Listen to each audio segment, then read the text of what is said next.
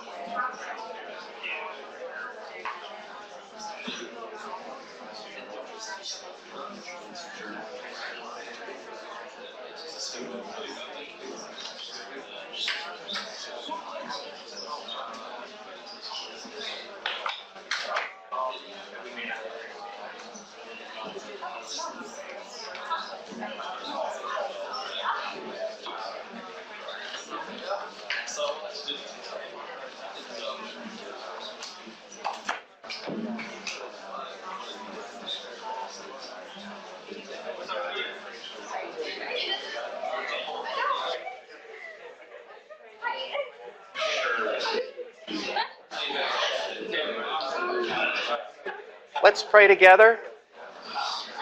Lord, we do thank you for the opportunity to be here. I thank you for these students and, Lord, their efforts as we get started this semester. Lord, I pray specifically, Lord, as we've lifted up these students whose names are on the board. And, Lord, bless those who are affected with flooding and or with destruction in different places. Lord, in Texas and other places as well, in Georgia and, Lord, Alabama and some of the states north. We pray that, Lord, you would grant comfort, Lord, that you grant security and protection, Lord, and energy in the aftermath. I pray for some of the students here who specifically part of bringing relief and encouragement and support to others through their church, through the local volunteer efforts as well. Lord, allow them to be salt and light in the coming days as cleanup efforts continue in areas around Houston as well as Florida and the West Coast. Lord, even our brothers and sisters whose names aren't on this list in some of the islands where a loss of life occurred, Lord. And Lord, we just trust you through this. We acknowledge you as Lord and sovereign, creator over all things, and sustainer of life. Lord, death is a mystery we cannot fully explain, but we know that in the new heaven and new earth, perhaps there will be no more hurricanes or tornadoes, destructive weather events such as this. Because we live in a world that's been fallen, and every nook and cranny has been impacted in some way, Lord. And we look to you for grace at times like these. And we, Lord, pray for this time together, this afternoon together. We pray for strength and energy, Lord, as we try to allow your word to come alive in our hearts and minds as we begin looking at it with great anticipation. We thank you for this time in Jesus' name. Amen. A little bit higher. Trying to get the perfect audio balance here. How's that? A little bit higher? I can even turn it up. But if that's better. Yeah? Okay. Well, welcome back. It's been a while since we've been together. It seems like forever. Lots happened. Thanks for your prayers. We'll get started here and pick up where we left off. Last week 3, I had put yeah, we're good. Thanks. Oh, bearded one. We had a recording that I put up of the history of kind of the interpretation of Old Testament and the field of the study of Old Testament. Hopefully that was helpful and kind of a little goofy there at the beginning. It was kind of odd the day that I made the recording. We had major glue fumes going on in the office or in the classroom just across the wall from my office. So if I sounded a little loopy, that's why. I apologize in advance if you haven't watched the video. Just remember the content that's coming out of classroom discussion will be on the midterm and final. So, rule of thumb is when you watch those videos, you'll have, you're taking notes, you have the PowerPoint slides. You can pull those up on your computer. They're always in the week folder for the week that's currently active. You'll see the reading quiz there as well for getting what week we're in. Week 4, yes. Soon to be video links will be posted as well as the group discussion. So all of that will be there, organized, neat, and tidy for you each week. How many of you have recently, from the first time we met, enrolled in this class? Anybody new? I need to update my class roster if anybody's recently been added or have had their picture corrected in the system or anything like that. Taking a new picture. All right. Well, let's get started. Here we go. Let's talk a little bit about interpretation. I've got a little bit of a hermeneutical discussion that I throw in here. A lot of you will take an actual class in hermeneutics. That's the science of interpretation. But I want us to talk about a few things up front before we start getting into the text and as we get too far into the semester, because this gives you kind of an overview of actually how I operate when I try to fold together God's Word and try to understand it and interpret it. So these are all in your notes, but we'll just talk about a few of them. Let's turn to Ezra chapter 7. Ezra chapter 7.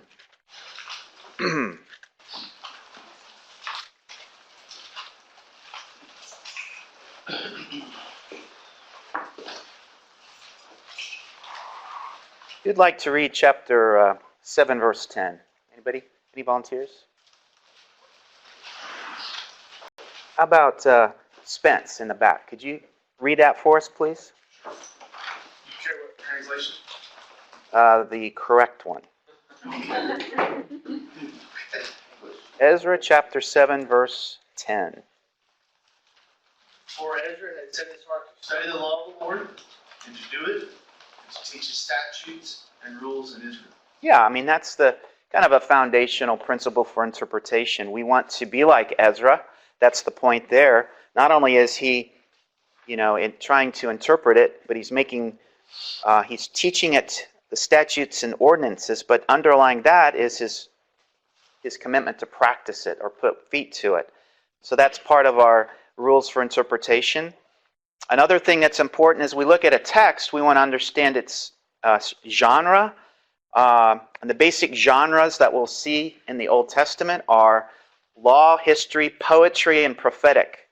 Law, history, poetry, and prophetic. So law, that's a kind of a harsh term, but you'll hear me, reiterate this idea. The word law comes from the Hebrew word, is what we get when we say Torah, and behind that is a Hebrew word that really means instruction or teaching. So when you read the Pentateuch, you're not putting, a lawyer hat on Moses. We don't do that. Moses is an instructor. Well, he's the leader. He's a prophet. He's hearing from God, but he's also the interpreter of Israel's context. He's looking back, he's looking ahead, as we'll see, and he's producing the Torah, which is a collection of instruction and teaching. So we'll get into that in a little bit, but we'll also look at other genres, poetry, poetic, we'll talk about that in a little bit, and the prophetic text as well. All right, so one of the fancy terms that we'll look at here in a little bit more detail is the idea of historiography. I gotta speak slowly so I can spell correctly. Historiography. This is a word that helps us to approach Hebrew narrative. So narrative, we'll look at some examples of this here in a little bit, but when you read the narrative, you're reading text that's the author is trying to unpack people, places, things, and events in history as the timeline ticks. But the authors of the Bible are not just giving us a history lesson, right? Historiography, they're offering us a theological interpretation of history, of the people, places, things, and events that have taken place. That's really the idea behind historiography, where we've got the idea of history plus theo, or theology. History plus theology. Am I running off the screen yet? You can see that on the whiteboard. Is that okay? Everything except the theo. Oh, okay. I got to remember to write more this way instead of that way. Okay, that's okay. So historiography. Also poetry. Only, interestingly, we think of poetry or the poetic text, you're thinking of Psalms, Proverbs, Ecclesiastes, Song of Songs, and Job, right? But only 50% of the poetry that's found in the Bible is located in those 5 books. Where would you venture a guess as to where the rest of the poetry is found? Primarily what books? Interestingly, it's the prophets. And we'll talk about why. I'll leave you in suspense. But 50% of the Bible's poetry or poetic text is found in the prophetic books. So that's, like I said, we'll talk about that here in a little bit. All right, so that's a genre, and we're looking at what kind of text is it. Another point, number 3, let the text say what it wants to say. Now, I could have a little fun with this, maybe call on somebody that has known me for a while here, so I'm not going to embarrass her. Sherry, could you be a volunteer for us? All right, so you're going to sit in the chair right here. Now, this is just for fun. So make sure she's on the camera here. She's going to be an actress here. All right, now, here's what I want us to do. I'm going to have, let's see here. Who do we got? I'm going to have to call on somebody here. Let's see, Weston? Where are you? Where's Weston? Come on out here. You're going to come out of the room for a second and then come back in the room, and I'm going to give you an assignment or a task, okay? So nobody listen to what we're talking about on the hallway.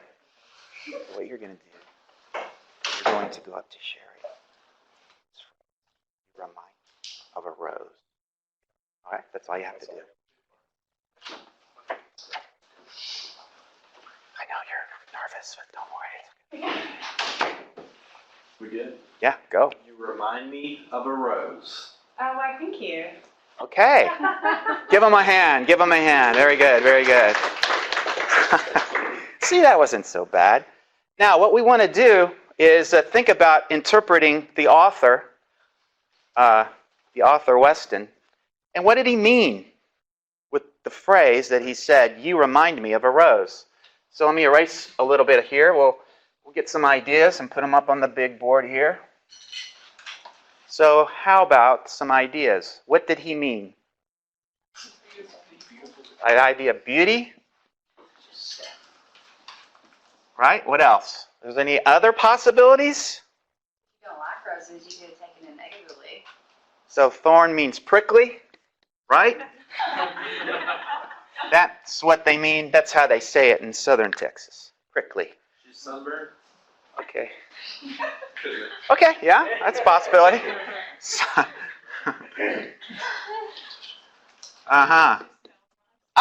Well, there's the other possibility. The idea of smell. She smells purty, something like that.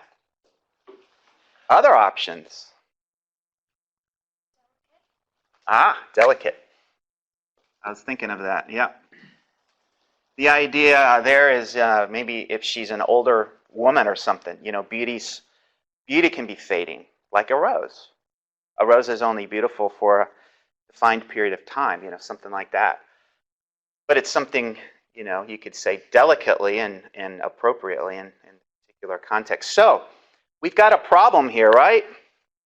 We don't know exactly what you meant, Weston.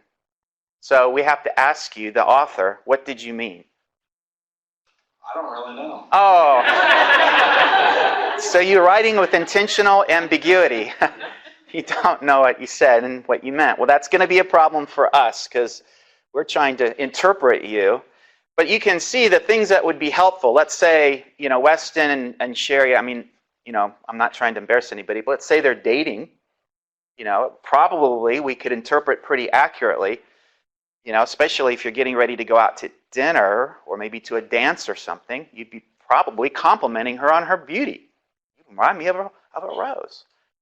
But what if, let's say the next day, things didn't go so well and you're breaking up, right? Maybe it might be something like this. This might be appropriate for going out for a night on the town. Beauty. I don't know what to do with sunburn yet. Sorry. Let's say you're the son and you're talking to your mom and she's in the hospital with incurable cancer. Something like that. That'd be a totally different meaning, right? You remind me of a rose. So you see how powerful it is when we are looking at interpretation, letting the text say what it wants to say, but kind of merging into number 4, understanding the author and its setting, the setting of the text or the context, right? Context helps us to understand what the author is intending to say to his audience. So with that comes the historical context of the books that we're studying. Where was the author at? What was going on in history around the author? What was going on in history in and around the audience who was hearing the words of the author? So that's kind of what we were talking about when we get into number 4. And that's going to come into play, especially when we look at the first 5 books of the Old Testament. I'm going to suggest to you a pretty significant context from which Moses, the author, will speak to his audience. And there's a pretty big what next that's just around the corner for Israel. And that's the whole point of the book of instruction, the Torah that we have. All right, number 5, see the authorial intent. And that, there's some overlap with some of these here. The idea of the inspired authors. They're hearing from God and they're writing intentionally. That's basically the idea. So we're trying to get at the author's single meaning, doing our best job to understand what did the author mean. He's not meaning multiple things. It's not like we get together and, we all sit around and hold hands and say, let's read this text. And the question sometimes can be, what did it mean for you? What does this mean for you? What does this mean for you? We don't do that with the text. The text means one thing, but application, right, really can be a variety of things based on the person. So we got to be careful about how we approach the text. Our number one job as interpreters is try to get at the one meaning of the text. Unless it's very clear that the author is writing ambiguously, which sometimes happens. The author's writing in a way not to be understood, but that's pretty rare in the biblical context. All right, and then a few more of these. And this, I keep jumping ahead, but really what we're trying to stay close to is the idea, number 6, that there's one intended meaning behind the text.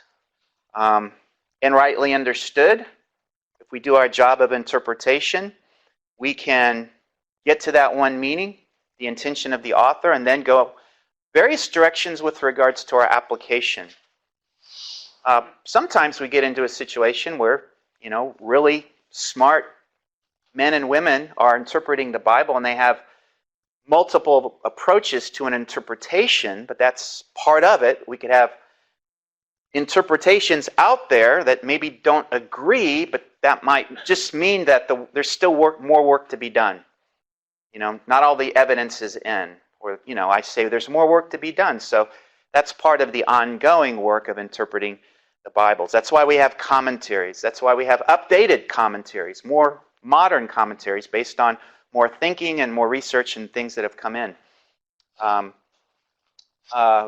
Let's see. But once we know the genre, number 8, we have to recognize this is the genre in which the author is operating in.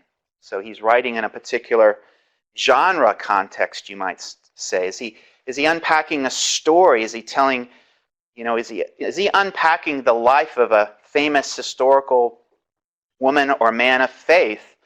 Is he getting theological on us? Is he poetic? But we'll talk about poetry and its impact here in just a little bit. And number 9, each book has a canonical context. This will come to play in an example that we'll get to here in just a second here. But each book has a canonical context, so it's in a particular arrangement.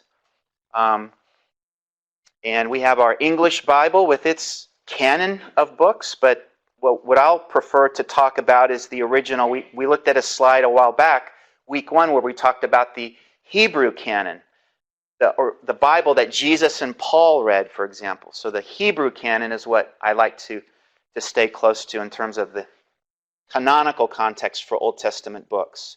And then lastly, number 10, we never want to walk away from an interpretation of the text if we're preaching or teaching where we don't want to try to bring application to a text. Once we understand what it says or what the author's intending, we want to help our audiences understand, well, how do I apply this to my life and my walk with the Lord? So now we get into a little more detail on 2 categories or 2 genres, narrative and poetry. And just to kind of show you what this looks like, we'll give you an example here. It's kind of small print, but it's color-coded. This comes out of the Isaiah call narrative. Let's turn to Isaiah just so that you can see what it looks like in your Bibles. Isaiah chapter 7 and Isaiah's call to ministry, starting in chapter 7, and his commission to ministry right there in chapter, starting there in verse 8. So my first level subhead title in the New American Standard Translation, which I read out of, starts with Isaiah's commission. But you can see what I've done here is the pink is the poetic section, and the blue represents the narrative section. So you can see how the books of the Bible will string together the combination of narrative and poetry. Narrative and poetry. So typically, and broadly speaking, narrative will focus on the unfolding storyline behind the text, and typically poetry is going to capture a particular message that the author is speaking. Some kind of message from the author, especially in the prophetic books. That's a surprise to some people because were the prophets poets? What's going on there, We think of a poet, you think of Walt Whitman or some kind of famous poet of history, William Shakespeare, playwright or something like that, or what are we talking about? So I've got an interesting approach to that and answering and addressing that question. I'll show you here in a little bit. Actually, we'll get into it right now. We'll talk about this more in Old Testament Survey 2 when we get into the poetry books. But I want to give you kind of an advanced notice on what we're really talking about when we say, or if you hear the phrase Hebrew poetry, what you're really talking about is this idea of Hebrew parallelism. Parallelism. And there's 3 types of parallelism that I want you to be aware of. Broad categories of parallelism. And you'll understand this because there's a modern phenomena that I think slides in really well with this idea of Hebrew parallelism. So what you have with Hebrew parallelism, and when you're reading a poetic section of any part of the Bible, you're dealing with Hebrew parallelism, is what you're dealing with. So it's basically this. The basic idea is the way that the ancient authors would write in such a way that they would create logical connections between ideas. Think of an idea A and an idea B. So examples, you have synonymous parallelism. So there's 2 similar thoughts. So thought A, and then the author introduces thought B, and they're actually connected. They're similar ideas. Typically, that is a way of creating emphasis. All right, another category of Hebrew parallelism is antithetic. You can probably guess what that is. And if I ever sit down long enough to write my book, Big Butts of the Bible, there'll be a lot of this going on in that book. Come on, you're supposed to laugh at that. Syntactical butts, right? Big Butts of the Bible. So this is creating contrast. Idea A, but idea B, which you're looking at there. So that's the idea of contrast. The example here comes out of Psalm 1:6. For the Lord watches over the way of the righteous, but the way of the wicked will perish. You just read poetry. But notice you kind of feel now, when you read it that way, the logical connection of the ideas. Thirdly is the synthetic parallelism. A little bit like the first, but it's where the idea B further explains or unpacks the idea of A. So A and then B says a little bit more or clarifies what was just said in A, or offers more information. So here's the example out of Psalm 103:3. As a father has compassion on his children, so the Lord has compassion on those who fear him. See what the author's done there. So those are the 3 basic types. Now here's where this is in wet cement. You'll hear me say that a lot in the next couple weeks because sometimes you get into, discussions of things in Old Testament studies where, you're entitled to have an opinion about something. Let me introduce you to my famous buckets discussion. Here's what I mean by wet cement. This is just for free, but this will help you if you're in ministry to understand, where people are coming from. So when I say wet cement, what I mean is think of it like this. You've got 3 buckets. 3 buckets that you can put the things and ideas that you have. Things that you have or ideas about things. So the first bucket is the opinions bucket. Opinions? Did I spell that right? Opinions. Opinions bucket. Now I've got a lot of opinions. I've got a lot of opinions about God's Word, even. Those are things that I don't hold tightly. I wouldn't certainly break a church up over an opinion. Things that are held at an opinion level. Then I have a middle bucket, and this is called persuasion. Persuasions. Persuasions. So persuasions bucket. Now I'm not going to have as many persuasions as I will opinions. Persuasions are things that I'll hold a little more tightly. Those are the things that I'd be willing to take you out to lunch over, have a conversation with you over. But if you disagree with me at the end of the day, I'm not going to break fellowship over any persuasion that I have. They're a little more strongly held. Finally, the last bucket that I have is called the convictions bucket. Convictions bucket. Now this is the bucket that has probably the least amount of items, but those are the items that I die for. So that's why I don't have as many. Not that I'm a wimp, it's just that I have to keep track of where I'm at with the ideas that I hold. Convictions are what I'd break fellowship over, I'd leave a church over, or I'd tell somebody that they're wrong lovingly over. Those are the convictions. So some of the things that we'll talk about in Old Testament survey, I'll tell you, well, that's an opinion that I have, but it's still a work in progress. I'm still thinking about it. I'm still reading on it. I'm still researching it. It's not a matter of salvation. It's not a matter of breaking fellowship up over. But if I've gotten a little bit into it a little bit more, I feel a little more confident, I'm going to tell you, I hold that at a persuasion level. And it's those things that I have at a conviction level. I'll tell you that I think I'm right and you're wrong, But don't leave my class over it. So, all right.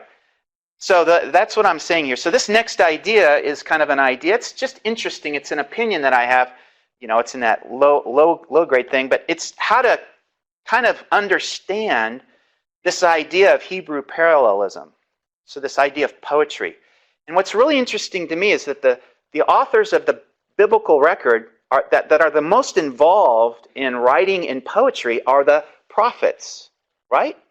And well, if you open up the prophets, you'll see their messages are written down and recorded in this parallelism idea. So it's a lot like the phenomena that you see maybe on the street when the spoken rapper is talking and he's rhyming his words and you've got this and connected to this and he's getting into a rhythm and all that. It's kind of like follow the bouncing ball. I didn't do it very well. Sorry. I was trying to be... Is that my phone? Oh, sorry about that. But it may be a better example of somebody like this. You see parallelism in this modern spoken word or spoken rap kind of mentality. And this is what he's doing. Notice how effective he is at communicating.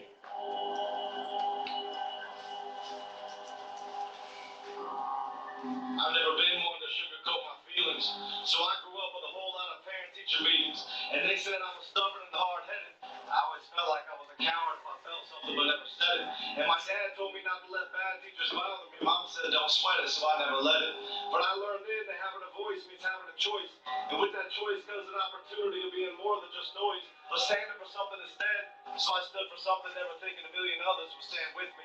And the attacks that come from my neck are plenty. But diamonds don't care about the opinions of pennies. I wanted to be a standout. God send me. I never knew he'd send me into the storm where it's cold and it's windy. I stand in meet and greet lines for hours and shake thousands of hands. I preach to thousands of fans who pack up the stands. I fall asleep on flights and get woken up by flight attendants when I land. Half the time I don't remember where I was the day before. I carry the weight of my followers, so I pray for them more. This is God's symphony, I just play the chords, but the music doesn't always sound pretty to me. I'm running out of cities to see, I'm running out of sermons to preach, I'm running and I'm tired. But I remember getting bullied by teachers who were there for a paycheck and should have retired. And I remember what it's so bad to be inspired. My teachers were people I never admired. I had nobody to look up to except for Billy Graham. So I stay up late and watch his crusades on a little TV with big wires that sound on my parents' nightstand. And it was like everything he said was directed to me. I was only a kid, but his words of love affected me. Fast forward 2 decades later, and I'm blessed to be the next voice for these kids to see. And if I had one wish, I wish they wouldn't see the mess of me, but rather the best of me. So they can have someone to speak into their life if nobody else isn't. And that's my mission, and that's the vision. And it's directed to anybody out there who listens. I want to rock this generation and bring change to a culture that tells kids they're here by mistake. They tell students they're going back to the dirt when they leave this place. So for any boy kid out there, you better look me in the face. You are no mistake. You are not average. You are not less than. You are God's creation, and that makes you beautiful. I don't expect your teachers to be truthful. I don't expect their PowerPoints to be useful because there is no power in their points. There is no light in their joints. So take it from someone who doesn't teach but does. Take it from someone who found a way to rise above. Take it from someone who doesn't talk about current affairs but is currently an affair. You are rare. You matter. And you have the ability to be great. Teachers and textbooks don't determine your fate. God does, and he sees you. Teachers that hurt you are just people who bleed too. Don't grow up to be bitter like them. Somebody else needs you. You can be changed and you can start a movement. It starts with love. You just have to choose it. Okay, wow. So you see, I don't know, I might be wrong on that, but it's interesting that you see somebody like that, I can picture any of the prophets of the Old Testament preaching from the street to their audiences. And it's because that a message like that is crafted. It's an orally delivered message. The prophetic word that we have coming from the prophets was, for example, it was intended to be heard. And in that culture, we have an oral culture. The oral meaning ear. Things were heard, and people back then were trained much better than we are because we're visual. They were auditory. They heard things like this. They'd be able to remember large chunks of it because of the way it was presented to them. So we're visual. We can remember what we saw on the billboard on the way to work this morning because that we're trained to be visual. We watch videos, we watch movies. We can remember scenes out of, the Titanic movie because we're visual, but the oral thing we've kind of lost a little bit. But just remember those societies were much more orally trained, auditorially trained. So that's my little thesis there. Any comments on that? You think I might be right? So when we read the prophets, when we read any of the poetry sections in the Old Testament, what we don't want to lose is the idea that those were messages that were written down but intended to be heard. That's my main point. So, all right. So let's see. I think I've covered a lot of things here. A few ideas, but we're not divorcing ourselves from the nature of. Now we're back to narrative. So we've moved from poetry. We're close to the idea that we're talking about revelation. We're talking about the human author, but not devoid of the divine author. God's going to, and we'll see, reveal himself through historical events that take place. Those are the events that are impacting lives, and the authors of the biblical books are going to evaluate those historical events and find God in it. That's just really interesting, given our current culture in recent weeks. Find God in the events. We'll see that, for example, we spent a lot of time when we talked, if you take me for OT2 in the spring, we'll talk about Job. Talk about a book that hits you right between the eyes, dealing with the topic of suffering. Maybe we should talk about that book today so we can help our people. But also the authors have a theological bias. That sounds negative. Bias isn't a bad word. It just means they're going to have a vantage point. The theological vantage point from which they're evaluating and writing and communicating. They're going to have a filter. We're going to allow the biblical authors to be selective. Sometimes they're looking at other source material and they're pulling it in and recrafting it and refashioning it. We'll talk about that here in my example that's coming up. And it's intended for an audience. Israel's biblical history is intended to be theologically understood. When Moses he unpacks the patriarchal narratives, who's his audience? It's Israel. Oh, I'm supposed to read Abraham and his story because in his story I see myself. He struggled over faith. So do I. It's that kind of a thing that we don't want to lose track of. And again, I think if rightly understood, it's our hard work on our end. But if we put all these pieces together, I think we get close to that one intended meaning from the author. So he's not as ambiguous as sometimes we make the authors out to be in our Sunday school classes and our home study groups and all of that. So here's the picture that I think is real helpful. It is my own design. I created this. Thank you. But it's very basic. But I think it brings together all the basic elements that we're talking about. So we always start with the divine revelation. We always, in the back of our minds, understand that whenever we're reading and trying to understand God's Word, we're really trying to understand what God was intending to say through the human author. So the human author is pictured here without legs, but perched on a vantage point. And the vantage point is really, the idea there is the author is writing, not in a vacuum, but he's writing in a context. So things are going on around the world, wars, famines, rebellions, disobedient majorities, and all of that. So the author is the human author here.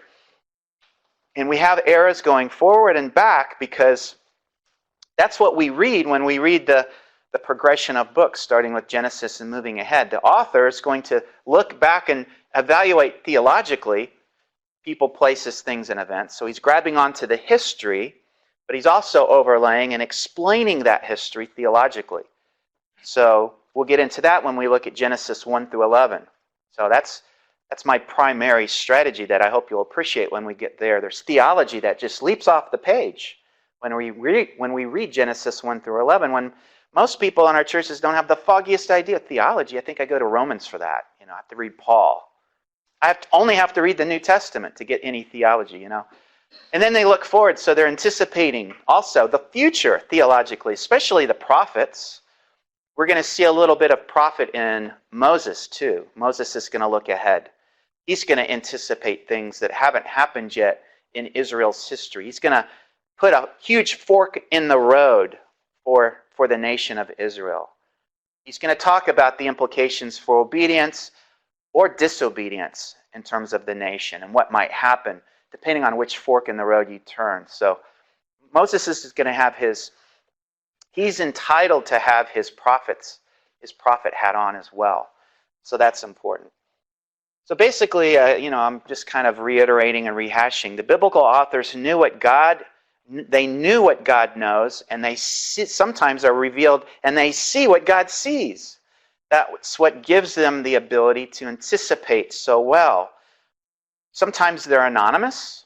We don't have to know all of their names specifically, like who wrote Kings, who wrote Chronicles, who wrote the book of Ruth. I don't know. But at the end of the day, it's not necessarily that we necessarily know. That doesn't turn our brains off and trying to understand the author. We'll refer to him as the author. If we don't know his name, that's okay. But we're going to get at and trying to understand what they're saying to their audience. So that's important. All right, let's put our thinking cap on, and I'm going to call on a couple volunteers here. It's hopefully somebody that I won't embarrass and will beat me up after class. So let's see here. Andrew, where are you? There you are. Okay, here's what I want you to do. So we can all turn in our Bibles to Ezra. Ezra chapter 1. Ezra chapter 1. We're going to talk about this and put our thinking caps on. Basically, we're going to apply a little bit of this discussion on interpretation. All right, Andrew, you're going to read for us chapter 1, the first 4 verses. When you're ready. You have to read it with some sense of conviction, with confidence. Yeah, so everybody can hear you. Now in the first year of Cyrus, king of Persia, in order to fulfill the word of the Lord by the mouth of Jeremiah, the Lord stirred up the spirit of Cyrus, king of Persia, so that he sent a proclamation throughout all his kingdom, and also put it in writing, saying, Thus says Cyrus, king of Persia, the Lord, the God of heaven, has given me all the kingdoms of the earth, and he has appointed me to build him a house in Jerusalem, which is in Judah. Whoever there is among you of all his people, may his God be with him. Let him go up to Jerusalem, which is in Judah, and rebuild the house of the Lord, the God of Israel. He is the God who is in Jerusalem. Every survivor, at whatever place he may live, let the men of that place support him with silver and gold, with goods and cattle, together with a freewill offering for the house of God, which is in Jerusalem. Okay, so the book of Ezra, that's a nice book. It's in that genre of historical books. Ezra is probably the author here. We have good ideas behind that. And we'll look at the book of Ezra, in Old Testament Survey 2 in more detail. But the Cyrus decree, if you know anything about the Cyrus decree, it was a significant decree issued by the Persian king Cyrus in 538-ish BC to allow the exiles who had been in Babylon and then Persia for 70 years to return back to Jerusalem. So it's an interesting way of starting this historical book. It was basically the precipitating event. It's like our Declaration of Independence. Let's write a history book about the United States. We'll start with the Declaration of Independence. It defined who we are, or it was the decree that, let us come back or maybe leave England or whatever. It was a significant event, right, or a significant document. Well, Andrew, turn one page back. Everybody can turn with them. And I want you to read 2 Chronicles 36, beginning in verse 22 and 23. Go ahead. Yeah, 2 Chronicles 36, beginning in verse 22 and 23. Now in the first year of Cyrus, king of Persia, in order to fulfill the word of the Lord by the mouth of Jeremiah, the Lord stirred up the spirit of Cyrus, king of Persia, so that he sent a proclamation throughout the kingdom, and also put it in writing, saying, Thus says Cyrus, king of Persia, the Lord, the God of heaven, has given me all the kingdoms of the earth, and he has appointed me to build him a house in Jerusalem, which is in Judah. Whoever there is among you of all his people, may the Lord his God be with him, and let him go up. Keep going. Oh, there's more to the Cyrus decree. Keep going. I mean, you just read it in Ezra. Come on. There's more to it. Keep going. Okay, so keep on going. Okay. No, I just want you to read according to Chronicles. Oh yeah, it stops there. What? What? I don't know. We had a full version in Ezra. We being lazy here or what? It got cut out. What do you mean cut out? That's a what? The NASB, I don't know. You think the NASB got it wrong? Yeah. I mean, just accidentally slip of the pen or scissor error or something? You got cut out. What's that mean? Is this a problem? I'm kind of nervous. I don't know what to do now. I mean, how am I supposed to explain this? Have any of you ever seen this before? It's been a big deal in any sermons you've ever heard preached? Maybe not. I don't know. I might preach this if I'm ever asked to preach in chapel. Here's an example. Let's do interpretation. We've got two authors. Ezra, I think it's safe to say, like I said before, he's introducing us to a significant turning point in history. The exiles have come home. Why? It's because God miraculously worked through this pagan king, Cyrus, to issue a decree of freedom, allowing them to come back. But what's the author of Chronicles up to? We don't know his name. I was just picking on you. I'm sorry. You took that well. Thank you. Don't beat me up after class. But the author of Chronicles is a historian, and he's giving us a capstone event. He's giving us the Cyrus decree. It's the same decree verbatim. It's maybe a Reader's Digest version of maybe a longer decree that was available in the ancient world. Biblical authors are obviously looking at some kind of material. They had a document in hand. Maybe it was a summarized version that was circulated around amongst the believing community. But there was a significant decree, and it was the author of Chronicles who's also writing to an audience. He's writing to the audience that has come back from exile after 70 years. That's his intended audience. But that doesn't necessarily get us off the hook, necessarily. This is an example, for example, of the author being selective.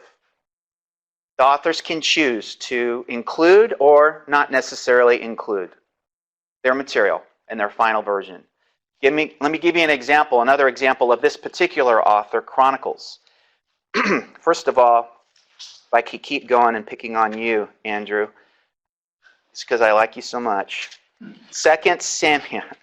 Let's turn to 2 Samuel chapter 11, verse 1. Everybody, you can turn there with us.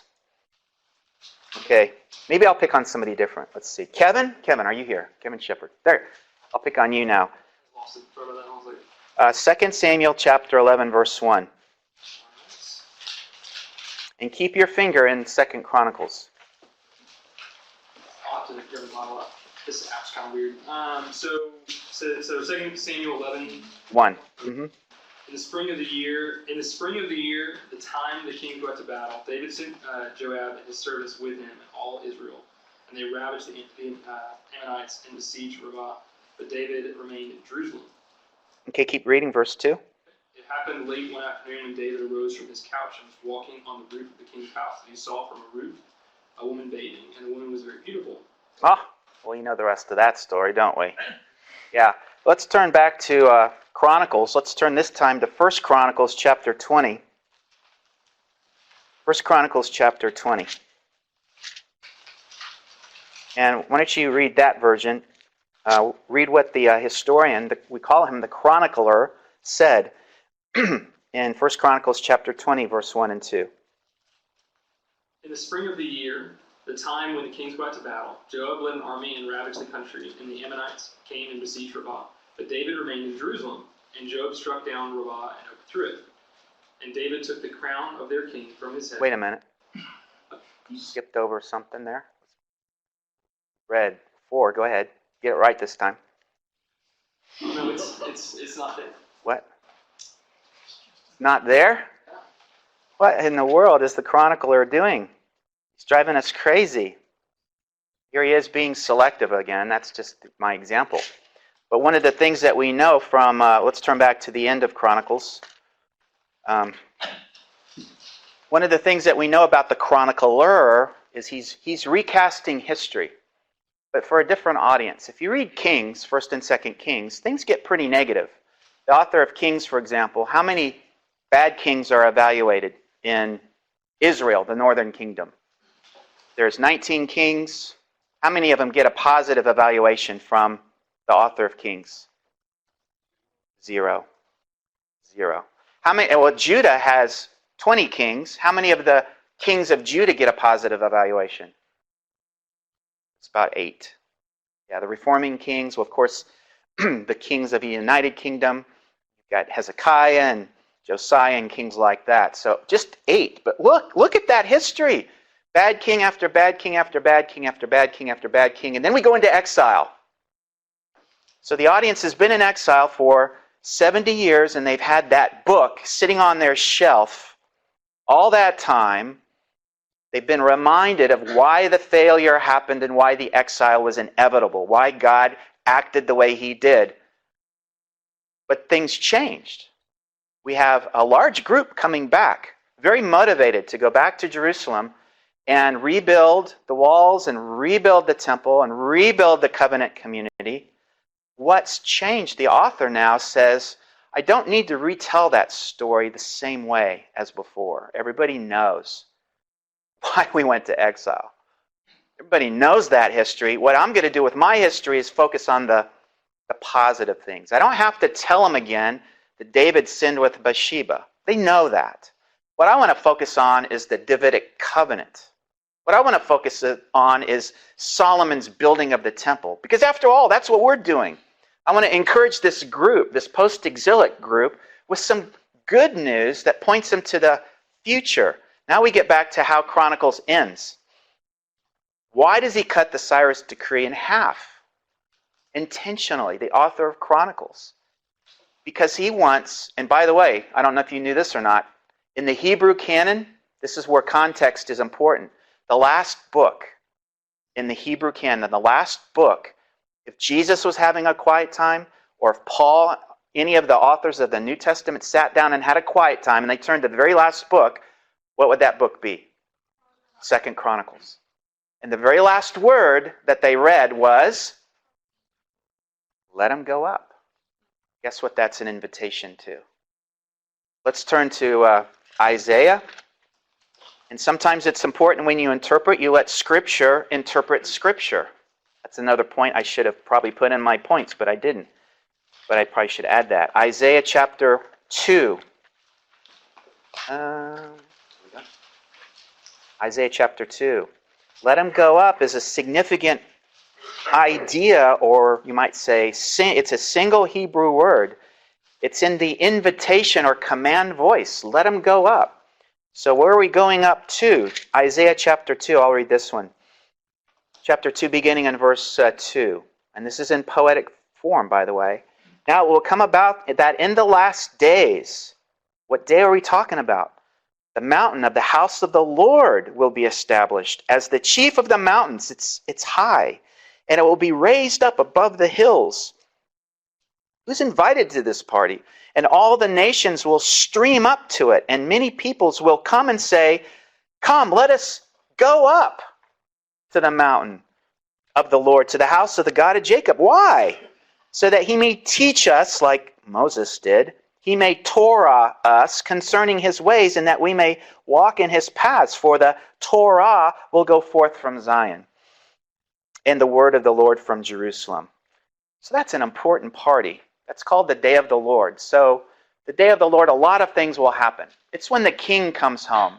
And when he sits on the throne, everything's going to start taking place after that. Nations will start streaming up and regard the Lord as king. He'll sit on his throne. The kingdom will be established. It's all that new heaven, new earth language that we start to see in the prophets and the authors of the New Testament. But the very last word of the Hebrew Bible invites any of the faithful at any time in history to join in that party. It's an invitation to the day of the Lord. That's my thesis. And I probably would hold that at persuasion level on my little paradigm of the range idea of where I put things in the buckets.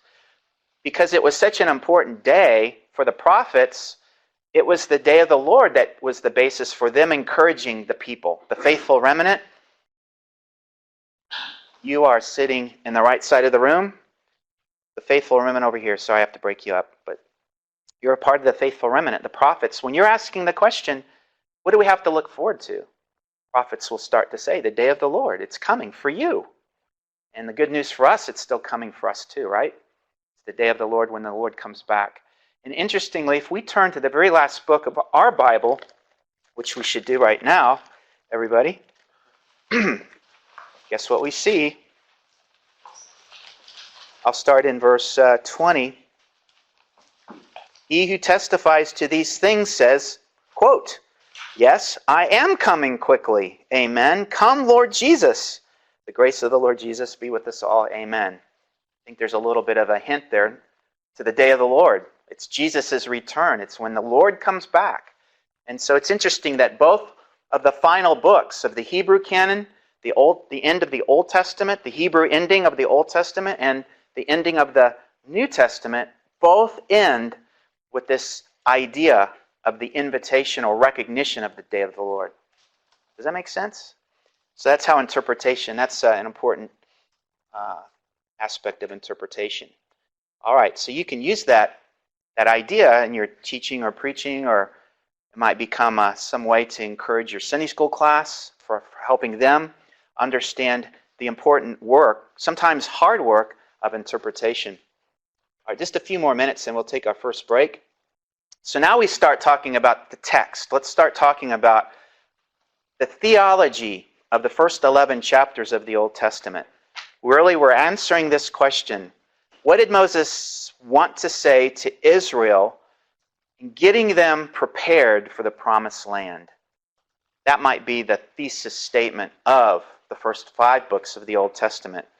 So if we take Hebrew narrative seriously in recognizing that the author may just be giving us not just history, but also history and theology, what we want to do is recognize Moses, the author, but also the theologian and historian behind the text. And that's the approach that I'm going to use and take when we unpack the first 11 chapters of Genesis theologically. And here's the picture again, only I'm putting Moses on the vantage point. And Moses has the ability to hear from the Lord because he's being inspired by the divine author. He's also going to have his prophet hat on. He'll be able to look back and evaluate history that all preceded Israel's history when they come out of Egypt. That's when Moses comes on the scene. And everything gets started with the book of Exodus. But Genesis is all history that happened before Israel as a nation, when they were defined as a nation. So there's a significant look back, but also with the intent of looking forward. Why?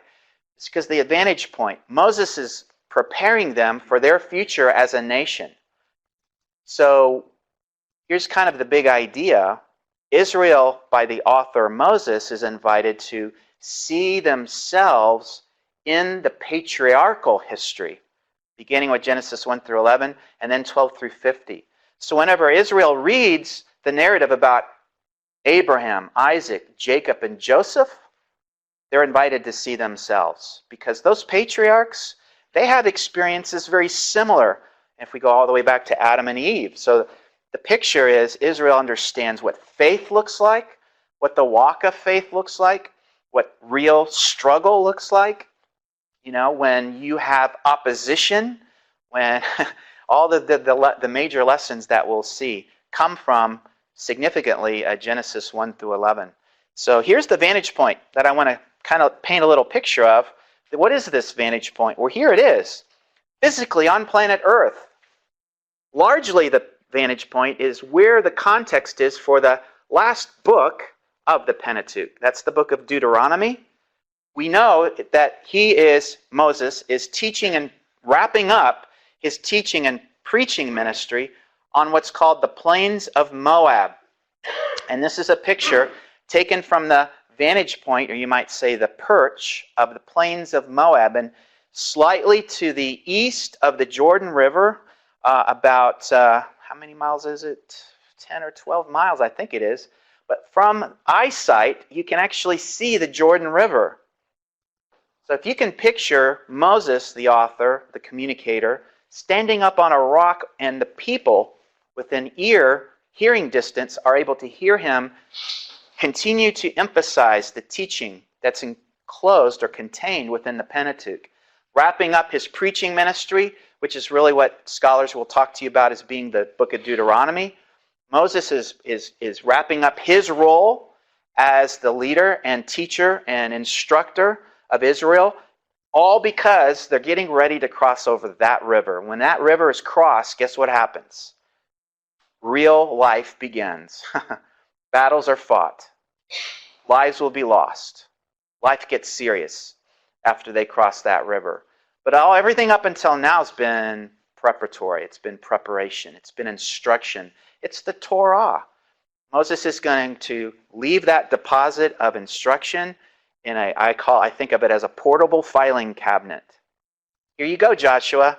Here's the key to unlock. It's on wheels. Every now and then you got to change the wheels. But hey, roll that baby into the promised land, because that's what I've given you. That's my, not magnum opus, but it's the substantive deposit that I'm leaving with you. That's what Moses says. So that's what we have here in the plains of Moab. That's all happened after being in the wilderness for 40 years, for example. Remember the wilderness wanderings? Moses is with them that whole time. He's instructing them. He's a lot of time to sit down around the campfire and unpack things and teach and instruct the people. All right. When we're not talking about, just again, we've seen this slide before, what really complicates this whole approach to the Pentateuch, and we defended against it, was the documentary hypothesis. Not 4 different authors, the JEDP authors, so-called. We're not talking about those 4 different authors writing from 4 different vantage points, addressing 4 different audiences at 4 different times in history. No, you read the Pentateuch, what's unmistakable to me is this continuity, this continuity of approach, theological approach. It reads in continuity, and aside from a few minor things, we've got this entire beautiful unity of the Pentateuch that screams to me of a Moses. So we're going to take Mosaic authorship seriously.